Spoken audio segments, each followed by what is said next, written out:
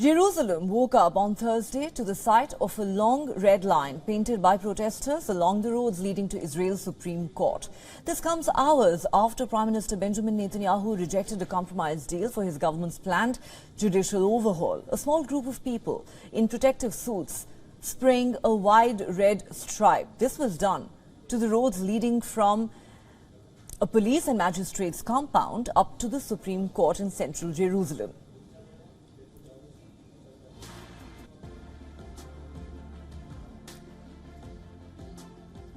Protesters can be seen demonstrating as part of the National Day of Resistance. Thousands of Israelis are up in arms against the government's plans to give lawmakers more control over the judicial system in the country. President Isaac Herzog on Wednesday unveiled alternative changes to the judiciary. However, Prime Minister Benjamin Netanyahu rejected the new proposal, saying the main parts of the president's proposal will only worsen the current situation in the country.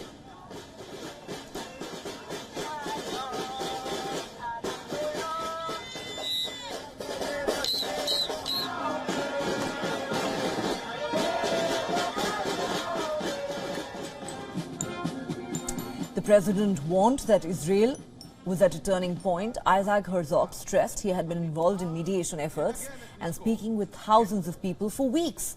In fact, he's now gone to the extent of saying that a civil war is a red line.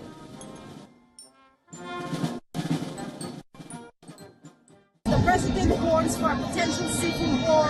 It's not the first warning, and it's something that is being discussed here in the streets of Israel.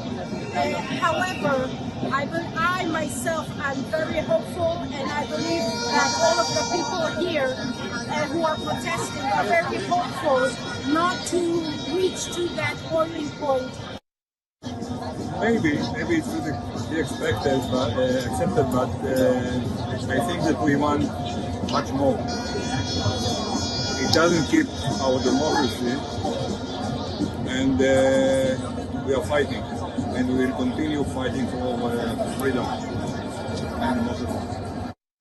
The Israeli government says the reforms are crucial. The government has been citing an imbalance that has given judges too much power, according to them, over the elected representatives. Critics, notably on the right, have argued that Israel's top court judges have exceeded their jurisdiction on multiple occasions by claiming the right to strike down legislations. The Benjamin Netanyahu government wants to implement an override clause. This clause would allow Parliament or the Knesset to overrule some Supreme Court decisions with the support of 61 lawmakers in the 120-member legislature.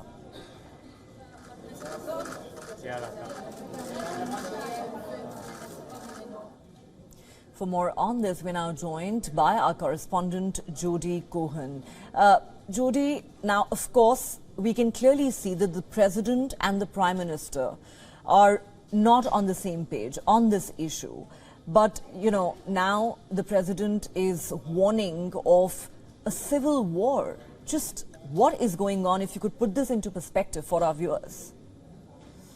Hi there. Yes, so President Herzog has warned of a potential for civil war if a compromise can't be found on the subject of the judicial reforms. Now, I'm at the protest in Tel Aviv, the largest protest in the country. There have been some unpleasant and some violent incidents. For example, we know that a man got out of his car and started pepper spraying the crowd earlier. But I have to say that on the whole, we've been looking at 10 weeks of protests now, up to 500,000 people taking to the streets in these protests. Today, there have been protests in 150 locations all around the country, and they've largely gone off peacefully. The other thing I'm noticing, I don't know if you can see right behind me, there's a man with a sign saying, "I agree with the judicial reform, convince me that I'm wrong." Now, in the past, in protests, when I've seen things like that, the crowds go around that person and shout, "Shame, shame," and there's no discussion. And what I have started to see today is discussion on the streets between people who support judicial reform and people who oppose it. The other thing I've been hearing from speaking to people on the ground here is that there's not talk of civil war, but there is certainly talk of civil disobedience in the event that a compromise can't be reached.